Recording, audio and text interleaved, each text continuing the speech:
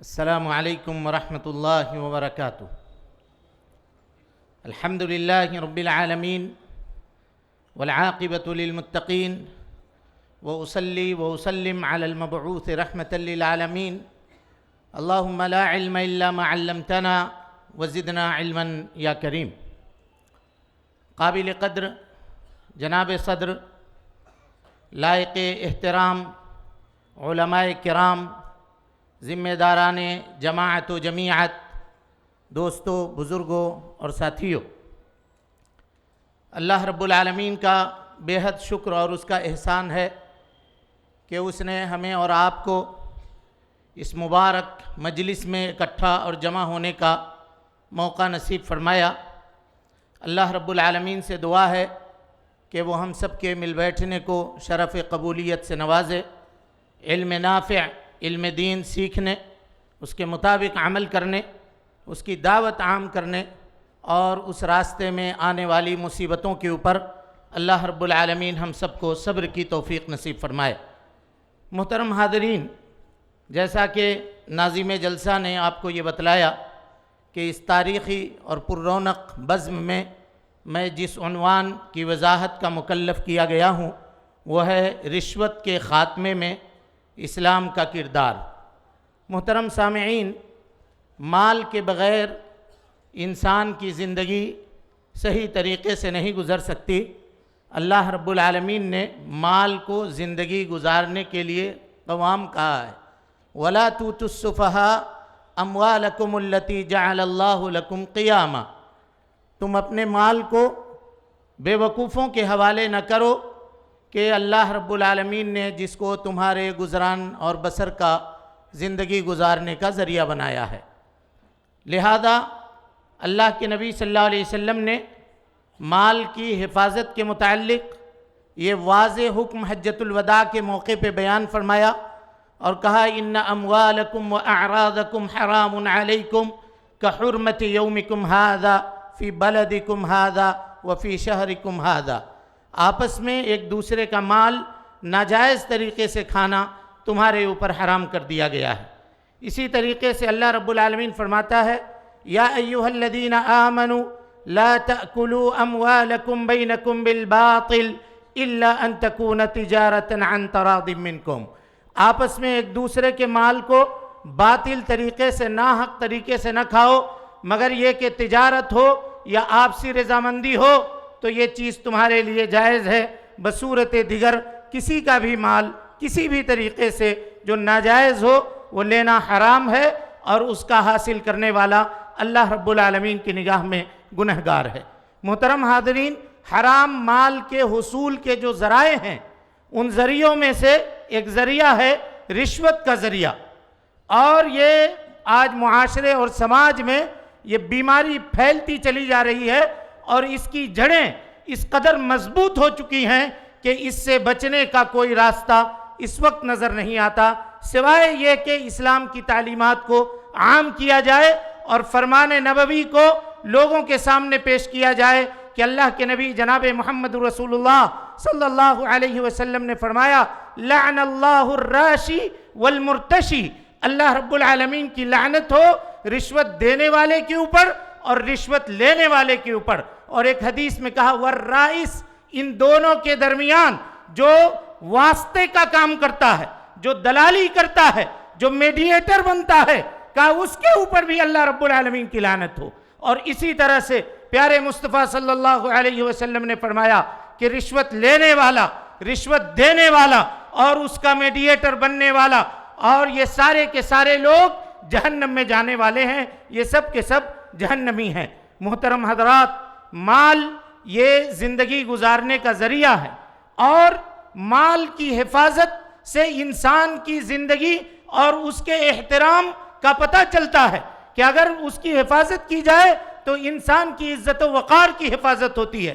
آپ دنیا کے اندر جتنے بھی جرائم ہوتے ہیں ان جرائم کو اٹھا کر کے دیکھ لیں، کہیں نہ کہیں پہ اس کا کنیکشن مال سے ضرور ہوتا ہے۔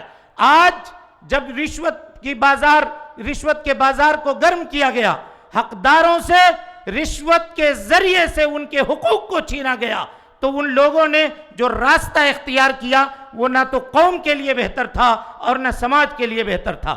ظاہر ہے اگر کوئی ٹیچر رشوت دے کر کے مسند تدریس کے اوپر بیٹھتا ہے تو جو شاگرد پیدا ہوں گے وہ سب کے سب نااہل ہوں گے۔ وہ ڈاکٹر جس نے اپنی ڈگری رشوت دے کر کے حاصل کی ہوگی وہ قوم اور قوم کے بیماروں کا، مریضوں کا اور اس طرح سے لوگوں کا علاج وہ صحیح طریقے سے نہیں کر پائے گا۔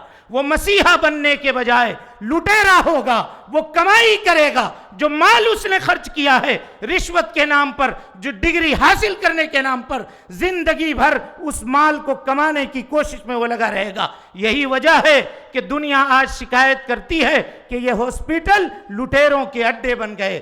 اگر اس کو آپ امن و امان کا گہوارہ بنانا چاہتے ہیں اور یہ چاہتے ہیں کہ ہر کوئی اپنے ذمہ داری کو صحیح طریقے سے انجام دے تو اسلامی تعلیمات کو عام کیجئے اور رشوت کے اس بازار کو ختم کیجئے۔ صرف کاغذوں کے اوپر لکھنے سے، دفتروں پر سائن بورڈ لگانے سے، لوگوں کے کالر کے اوپر چھاپ دینے سے یا ان کے سینوں پر لکھنے سے نو ٹپس یہ معاملہ ختم ہونے والا نہیں ہے۔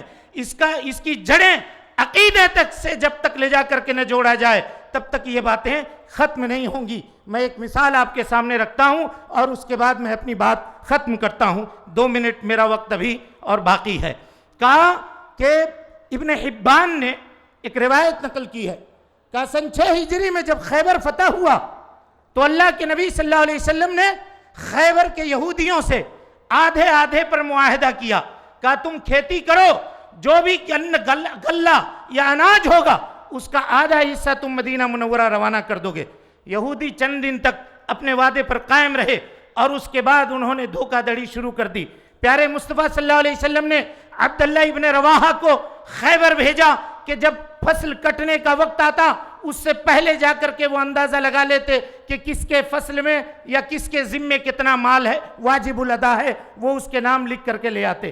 کہتے ہیں کہ ایک روز جب میں خیبر میں پہنچا، رات کا وقت تھا، دروازے پہ دستک ہوئی، کہا دروازہ کھولا تو سامنے 2 یہودی آئے تھے۔ انہوں نے یہ کہا کہ یہ 2 اشرفیوں سے بھری ہوئی تھیلیاں ہیں، آپ ان کو لے لیجئے اور کل جب صبح ہماری کھیت میں آئیے گا تو ہمارے اناج کو ذرا کم کر کے لکھیے گا کہ اس سال خرچے زیادہ ہو گئے ہیں، اس سال پریشانی زیادہ ہے۔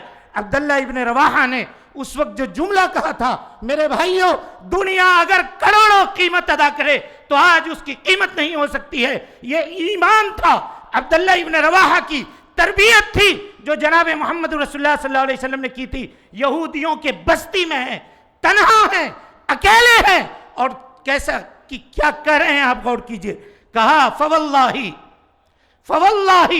قسم اللہ کی لقد جئتکم من احب الناس الی، لوگو میں تمہارے پاس جس کے سامنے سے آیا ہوں وہ میرے نزدیک سب سے زیادہ پسندیدہ ہے۔ وَأَنْتُمْ یا یہود ابغض عندی من القردۃ والخنازیر، اور تم میرے نزدیک سور اور بندر سے بھی زیادہ ناپسندیدہ ہو۔ ولیکن حبی ایاہ، لیکن اس سے میری محبت، وبغضی ایاکم، تم سے میری دشمنی مجھے اس بات کے اوپر آمادہ نہیں کرے گی کہ میں اپنے محبوب کے فائدے کے لیے اناج بڑھا کر کے لکھ دوں اور تم کو نقصان پہنچانے کے لیے اناج کے اندر میں اضافہ کر دوں، ایسا میں نہیں کر سکتا۔ یہودی کھڑے ہو گئے، کہا بہذا قامت السماوات والارض، تمہارے اسی عدل و انصاف کی وجہ سے آج آسمان و زمین قائم ہے۔ میرے بھائیو، احترام انسانیت کا یہ اسٹیج سجایا گیا ہے، یہاں سے یہ پیغام لے کر جائیے، رشوت کا لینا اور رشوت کا دینا حرام ہے، چاہے وہ ہدیہ کے شکل میں ہو، چاہے وہ گفٹ کی شکل میں ہو۔ ایک اور بات کہہ کے اپنی بات کو بس ختم کرتا ہوں۔ ایک صاحب ہمارے استاذ انہوں نے ہم سے یہ واقعہ بیان کیا، یہ واقعہ شیخ ابن باز رحمۃ اللہ علیہ کا ہے۔ ہدیہ کے نام پر یہ کاروبار آج کس قدر پنپ رہا ہے آپ دیکھیے۔ کہ اسی ہندوستان کے ایک مایہ ناز عالم دین تھے جنہوں نے ایک کتاب لکھی اور شیخ ابن باز کے پاس گئے کہ شیخ آپ اس کتاب میں اپنا مقدمہ لکھ دیجئے تاکہ ہم اس کتاب کو چھاپیں گے، اور ہندوستان سے گراں قدر عطر لے کر کے اور یہاں سے مٹھائیوں کا تحفہ لے کر کے ریاض شیخ کے دفتر میں گئے۔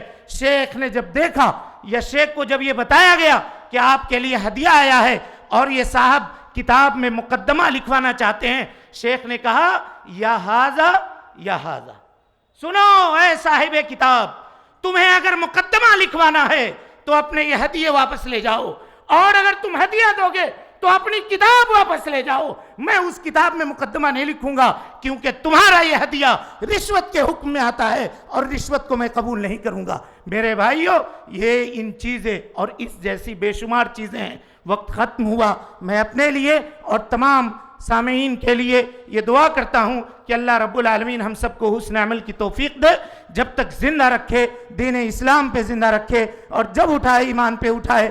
اقول قولی ھذا واستغفر اللہ لی ولکم ولسائر المسلمین من کل ذنب وخطیئۃ فاستغفروہ انہ کان للأوابین غفورا۔ والسلام علیکم ورحمۃ اللہ وبرکاتہ۔